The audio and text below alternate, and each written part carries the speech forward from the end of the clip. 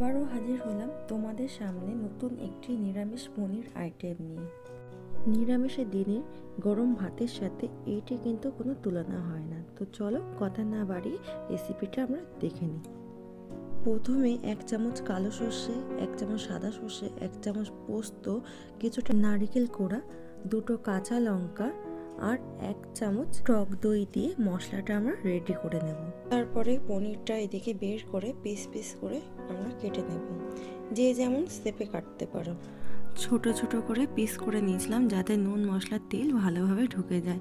আর নুন মশলার তেল ভালোভাবে ঢুকে গেলে পনিরগুলো খেতেও বেশ ভালো লাগবে। তারপর আমরা কিছুটা কড়াইয়ের মধ্যে সাদা তেল দিয়ে কড়াইটা ভালোভাবে গরম করে নেব। নিয়ে সামান্য পরিমাণে নুন, সামান্য পরিমাণে হলুদের গুঁড়ো, একটু লঙ্কার গুঁড়ো দিয়ে ভালোভাবে নাড়িয়ে নিলাম যাতে রঙটা ভালো আসে। তারপরে দেখো পনিরগুলো আস্তে আস্তে ছেড়ে দিচ্ছি একের পর একটা করে করে। তারপর উল্টি পাল্টে নিয়ে খুব আস্তে ধীরে এটা নাড়াতে হবে, মানে খুব তাড়াহুড়ো করলে কিন্তু এটা ভেঙে যাওয়ার চান্স থাকতেই পারে।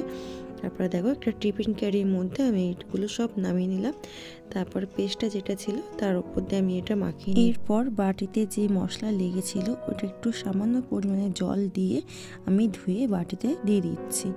দেওয়ার পর আমি স্বাদ মতো নুন, একটু চিনি আর কয়েকটা চেটা কাঁচা লঙ্কা ওপর দিয়ে ছড়িয়ে দিলাম আর একটুখানি সর্ষের তেল। এখানে কিন্তু অবশ্যই সর্ষের তেলটা লাগবেই।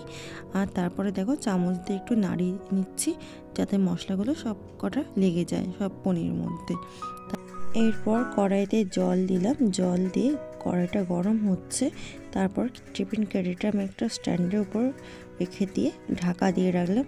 এটা 10 থেকে 15 মিনিট কুক হতে লাগবে। তারপরে দেখো নামিয়ে নিচ্ছি, নিয়ে ঠান্ডা হওয়ার পর্যন্ত একটু ওয়েট করেছিলাম। তারপরে দেখো খুলে তোমাদের দেখিয়ে দিচ্ছি রেজাল্টটা কেমন লাগে।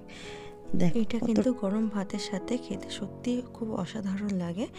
তোমরা একবার ট্রাই করে দেখতেই পারো, আশা করি তোমাদের খুব ভালো লাগে। এই রেসিপিটি যদি আপনাদের ভালো লেগে থাকে তাহলে অবশ্যই লাইক, শেয়ার অ্যান্ড সাবস্ক্রাইব করে দিও। আজকের মতন এখানে টাটা।